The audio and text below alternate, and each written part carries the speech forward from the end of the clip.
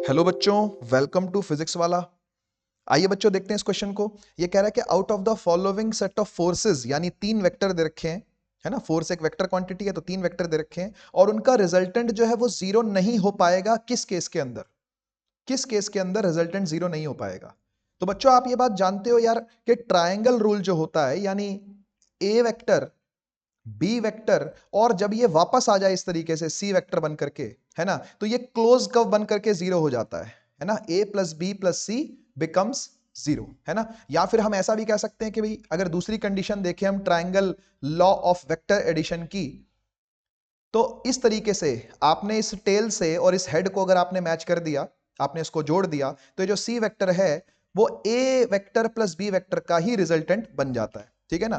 तो यहां पर आप बेसिक मैथमेटिकल रूल लगा करके देखो कि कोई भी ट्रायंगल को फॉर्म करने के लिए, कोई भी ट्रायंगल को फॉर्म करने करने के लिए तीसरी साइड कभी भी दो साइड के सम से ज्यादा नहीं होनी चाहिए।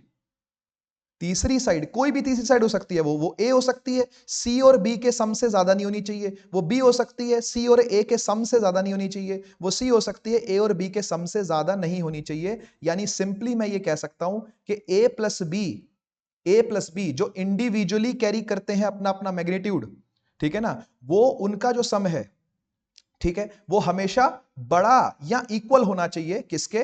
सी के मैग्नीट्यूड के, ठीक है। तो ट्रायंगल फॉर्म करने के लिए ये कंडीशन हमेशा वैलिड होती है, ठीक है ना। ट्रायंगल फॉर्म करने के लिए ये कंडीशन हमेशा वैलिड होती है। अगर कभी सी वेक्टर यानी थर्ड साइड दोनों के सम से बड़ी हो गई तो ट्रायंगल फॉर्म नहीं हो सकता, तो ट्रायंगल फॉर्म नहीं हो सकता, ठीक है ना। तो हम यही कंडीशन पर इन चारों ऑप्शंस को चेक करेंगे और हमको पता चल जाएगा कि कौन यहां पर ट्रायंगल नहीं बना पा रहा, और जो ट्रायंगल नहीं बना पाएगा वहां रिजल्टेंट जीरो नहीं हो पाएगा। ठीक बात है ना। देखिए, हम अगर यहां पहले ऑप्शन को देखें तो 10 + 10 करेंगे 20, ठीक है ना, और 20 जो है वो बड़ा है तीसरे वाले साइड से यानी 10 से, है ना, तो यहां पर तो ये जीरो हो जाएगा। सेकंड वाले को देखें, 10 + 10 20 करें, है ना, 10 + 10 20 करें तो ये 20 के बराबर हो रहा है, ठीक है ना।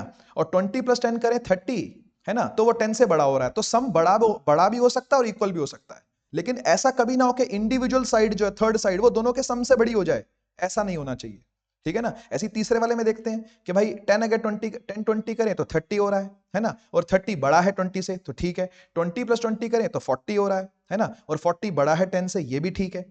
फोर्थ वाले ऑप्शन पर आते हैं, 10 और 20 को ऐड करें तो 30 है ना, और 30 से भी बड़ी हो रही है कोई तीसरी साइड, है ना। 30 से भी 10 + 20 करूं, ठीक है ना, तो ये ऐसा होना चाहिए था ना, इस तरीके से होना चाहिए था। तो क्या ये वैलिड है? नहीं, ये तो इनवैलिड है, ये तो इनवैलिड है। 30 ना तो बड़ा है 40 से, ना इक्वल है 40 के, ठीक है ना, तो ये तो इनवैलिड है। यानी फोर्थ ऑप्शन ही है जहां पर रिजल्टेंट जीरो नहीं हो पाएगा, ठीक है ना, ट्रायंगल फॉर्म नहीं हो पाएगा। जहां ट्रायंगल फॉर्म नहीं हो पा रहा वहां वेक्टर सम जीरो नहीं हो सकता, ठीक है ना।